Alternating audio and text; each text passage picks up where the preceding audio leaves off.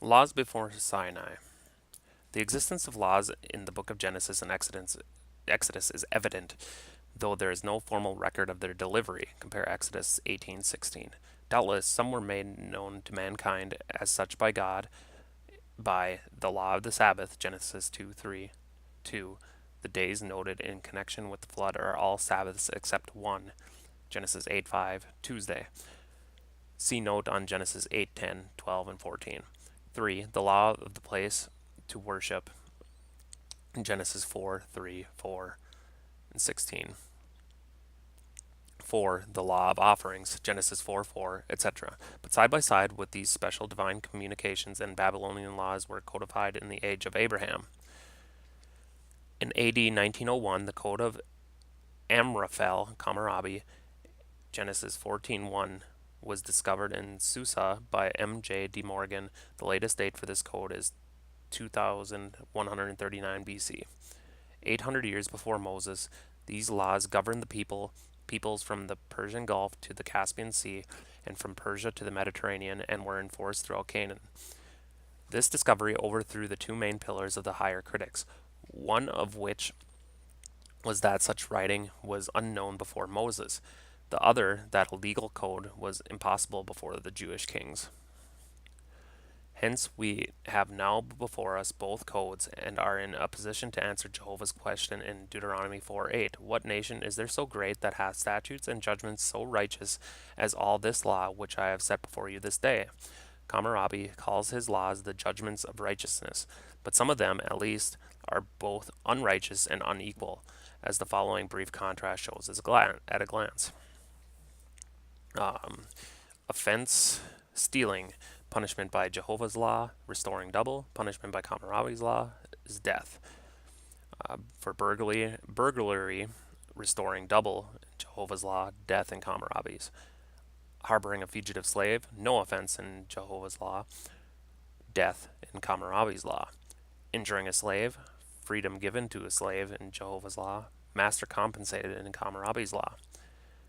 Offense, injuring a rich man, same injury inflicted on injurer in Jehovah's law, same injury inflicted on injurer in Hammurabi's law. Injuring a poor man, same injury inflicted in Jehovah's law, fine of 1 mina of silver in Hammurabi's law.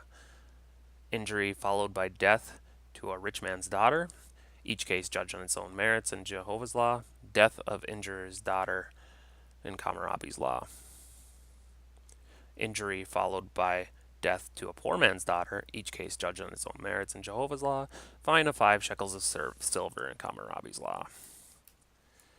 We see that the laws of Hammurabi operating in Genesis in the following instances. 1. The law of adoption made Eliezer Abram's heir. 2. The giving of Hagar to Abraham, and of Bilhah and of Zilpah to Jacob according to this code. 3. The purchase of Machpelah by Abraham was conducted in strict conformity with commercial enactments. 4. Taking of life for stealing proposed by Jacob to Laban was enacted by this code, which punished sacrilege with death. 5. The taking of life by burning, which Judah threatened his daughter-in-law Tamar, is also according to the Babylonian code. 6. The proposal of Joseph's steward that the one with whom the cup was found should die, harmonized with the law punishing with death any theft from a palace. 7. The giving of a special portion by Jacob to his favorite son Joseph was provided for by this code. 8. The cutting off of Reuben from his birthright was the prescribed way of punishing his offense according to Hammurabi's law. 9.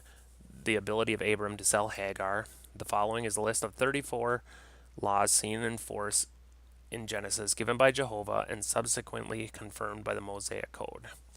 I'm not going to read all the verses. I'll go through what they are, though. The law of the Sabbath, the law of the place of worship, the law of the acceptance of sacrifice by fire from heaven, compare strange fire, the law of sacrifices, the law of clean and unclean, the law of the altar, the law of eating flesh, the law against eating blood, the law against murder, the law of parental authority, the law of monogamy, the law against adultery, the law as to priesthood, priestly garments, the law of tithes, the law as to covenant making, the law of intercession, the law of righteousness, the law of circumcision, the law of hospitality, the law against licentiousness, the law against fornication, the law as to oaths, the law of binding sacrifices, the law of birthright, the law of anointing with oil, the obligation of vows, the law against idolatry,